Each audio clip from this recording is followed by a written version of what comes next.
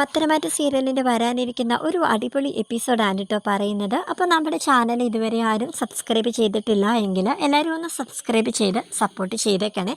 അങ്ങനെ അനിയുടെയും അവന്തികയുടെയും വിവാഹ നിശ്ചയ ദിവസമാണ് കേട്ടോ. അപ്പോൾ അനന്തപുരി തറവാട്ടിലെ എല്ലാവരും ഭയങ്കര സന്തോഷത്തോടെ ഇരിക്കുകയാണ് എല്ലാവരും. അവന്തികയെ കാണിക്കാൻ കേട്ടോ. അവന്തിക കണ്ണാടിയുടെ മുന്നിൽ നല്ലതുപോലെ സുന്ദരി കുട്ടിയായിട്ട് ഇങ്ങനെ ഒരുങ്ങിക്കൊണ്ടിരിക്കുകയാണ്. അവൾ ഫോണെടുത്ത് അവളുടെ അച്ഛനെ വിളിക്കുകയാണ് കേട്ടോ. അച്ഛ, ഇന്നത്തെ ദിവസം ഞാൻ ഭയങ്കര ഹാപ്പിയാണ്. അച്ഛനില്ലാത്തതിൻ്റെ ആ ഒരു വിഷമം മാത്രമേ ഉള്ളൂ. അമ്മ ഇന്നലെ അഭിയേട്ടനോട് പറയുക, അഭിയേട്ടൻ അച്ഛനെ കണ്ടിരുന്നു എന്നൊക്കെ അമ്മക്ക് ഭയങ്കര സംശയം. ഡേവിഡ് സാറാണ് ആ ജോലി വാങ്ങിക്കൊടുത്തതെന്നൊക്കെ അഭിയേട്ടൻ അമ്മയോട് പറഞ്ഞെങ്കിലും അമ്മയ്ക്ക് അതൊന്നും വിശ്വാസം ആകുന്നില്ല.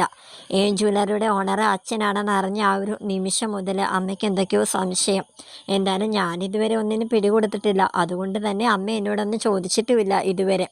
അങ്ങനെ നാഗേന്ദ്രനോട് സംസാരിക്കുകയാണ്. അപ്പോൾ നാഗേന്ദ്രൻ പറയുന്നുണ്ട്, എന്തായാലും ഈ ചടങ്ങൊക്കെ ഭംഗിയായി നടക്കട്ടെ മോളെ.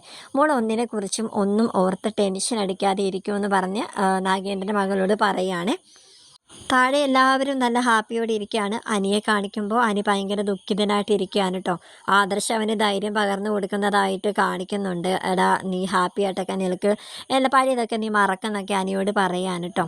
അങ്ങനെ എല്ലാവരും ആ എൻഗേജ്മെൻറ്റ് സമയത്ത് എല്ലാവരും വന്നിങ്ങനെ നിൽക്കുകയാണ്. അപ്പോൾ മുത്തശ്ശൻ പറയുന്നുണ്ട്, എന്തായാലും മുഹൂർത്തമായി. രണ്ടുപേരും അങ്ങോട്ടും ഇങ്ങോട്ടും മോതിരം കൈമാറാനുള്ള സമയമായി. ജലജയുടെ കയ്യിലാണ് കേട്ടോ മോതിരം ഇരിക്കുന്നത്. ജലജനി പിള്ളേരുടെ കയ്യിലോട്ട് മോതിരം കൊടുക്കുന്നിങ്ങനെ പറയുകയാണ്. അങ്ങനെ മോതിരം രണ്ടുപേരും പരസ്പരം അങ്ങോട്ടും ഇങ്ങോട്ടും കൈമാറാനായിട്ടുള്ള ആ ഒരു നിമിഷത്തിൽ പുറത്ത് നിന്ന് ആരും അകത്തേക്ക് വരുന്നത് പോലെ എല്ലാവരും നോക്കുകയാണ് കേട്ടോ. ആരാണ് ആ വന്ന് നിൽക്കുക? ഒരു ജീപ്പ് വന്ന് നിൽക്കുകയാണ്. അങ്ങനെ അതിൽ നിന്ന് നമ്മുടെ നന്ദുവും കുറച്ച് പോലീസുകാരും കൂടെ അകത്തോട്ട് കയറി വരികയാണ് കേട്ടോ. അപ്പോൾ അനിയാണെങ്കിൽ ആ നന്ദുവിനെ കണ്ടത് ഇങ്ങനെ ഷോക്കായിട്ട് ഇങ്ങനെ നിൽക്കുകയാണ്. അപ്പോൾ അനി വിചാരിക്കുകയാണ് ഈ എൻഗേജ്മെൻറ്റ് മുടക്കാനായിട്ട് നന്ദു എന്തോ ഇതും കൊണ്ട് വന്നിരിക്കുകയാണ്, അല്ലെങ്കിൽ പോലീസ് വേഷത്തിൽ ഇവളിവിടെ വരില്ലല്ലോ എന്നൊക്കെ ഇങ്ങനെ അനി ഇങ്ങനെ മനസ്സിലിങ്ങനെ ചിന്തിക്കുകയാണ് കേട്ടോ. അതുപോലെ തന്നെ നമ്മുടെ നന്ദു പറയുന്നുമുണ്ട്, അതെ, ഈ നിശ്ചയം ഇവിടെ നടക്കാനായിട്ട് പാടില്ല എന്നിങ്ങനെ പറയാൻ കേട്ടോ. എല്ലാവരും ഇങ്ങനെ അമ്പരന്നിങ്ങനെ നന്ദുവിനെ നോക്കുകയാണ്. മുത്തശ്ശൻ എന്ന് പറയുന്നുണ്ട്, നന്ദുമോളെ ഇത് എന്തൊക്കെയാ ഈ പറയുന്നത്? അപ്പോൾ കനകയാണെങ്കിൽ ഓടി ചെന്നിട്ട്, നന്ദു, നീ എന്താ ഈ പറയുന്നത്? നീ രാവിലെ ഞാൻ ഇങ്ങോട്ടേക്ക് ക്ഷണിച്ചപ്പോഴത്തേക്ക് നീ എന്താ പറഞ്ഞത്? നിനക്ക് ഡ്യൂട്ടിക്ക് പോകണം, അമ്മ പൊയ്ക്കോളൂ എന്നൊക്കെയല്ലേ. എന്നിട്ട് നീ ഇപ്പോൾ എന്താ ഇത് നീ മുടക്കാനായിട്ട് വന്നതാണോ? നന്ദു, നീ പെട്ടെന്ന് ഇവരെ വിളിച്ചുകൊണ്ട് പോയിക്കാന്നൊക്കെ ഇങ്ങനെ കനക പറയാൻ കേട്ടോ നന്ദുവിനോട്. നന്ദു അപ്പോൾ അമ്മയൊന്നും മിണ്ടാതിരിക്കാവോ?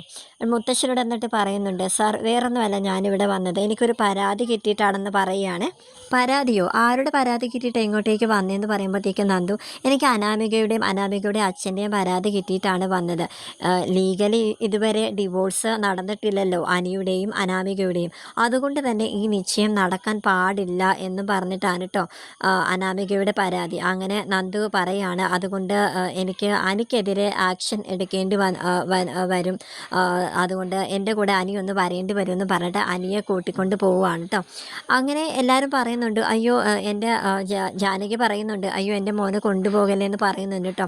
എനിക്ക് എൻ്റെ ഡ്യൂട്ടി ചെയ്യാതിരിക്കാനായിട്ട് പറ്റില്ല എന്ന് പറയുമ്പോഴത്തേക്ക് നയനയും പറയുന്നുണ്ട്, എന്താ നന്ദു നീ കാണിക്കുന്നത്? നയന അങ്ങനെ ഒരു ഇത് തന്നെന്ന് പറഞ്ഞിട്ട് അനീനെ നീ ഇവിടുന്ന് കൊണ്ടുപോകുവാണോ? ഈ ചടങ്ങെങ്കിലും ഒന്ന് കഴിയട്ടെ, എന്നിട്ട് നീ കൊണ്ടുപോയിക്കോളൂ എന്നൊക്കെ പറയുകയാണ്. ഇല്ല ചേച്ചി, എനിക്ക് എൻ്റെ ഡ്യൂട്ടി ചെയ്യാതിരിക്കാനായിട്ട് പറ്റത്തില്ല, ഈ നിശ്ചയം എന്തായാലും നടക്കാൻ പാടില്ല, ഞാൻ എൻ്റെ ഡ്യൂട്ടിയാണ് ചെയ്യുന്നതെന്ന് പറഞ്ഞ് അനിയെ കൊണ്ടുപോവുകയാണ് കേട്ടോ. അവന്തികയാണെങ്കിൽ നന്ദുവിനെ ഇങ്ങനെ രൂക്ഷമായിട്ട് നോക്കുകയാണ്. അവൻ്റെ മനസ്സിൽ പറയുന്നുണ്ട്, ഇതിവിടെ മനഃപൂർവ്വം ചെയ്യുന്നത് തന്നെയാണെന്ന്. അനിയാണെങ്കിൽ നല്ല ഹാപ്പി ആയിട്ട് നന്ദുവിൻ്റെ കൈയും പിടിച്ച് അവൻ പോകുന്നുണ്ട് കേട്ടോ. അങ്ങനെ ജീപ്പിലോട്ട് കയറാൻ നേരത്തേക്ക് മുത്തശ്ശൻ പറയുന്നുണ്ട്, നന്ദു ഇവിടുന്ന് ഇവനെ കൊണ്ടുപോകരുതെന്ന് പറയാൻ കേട്ടോ.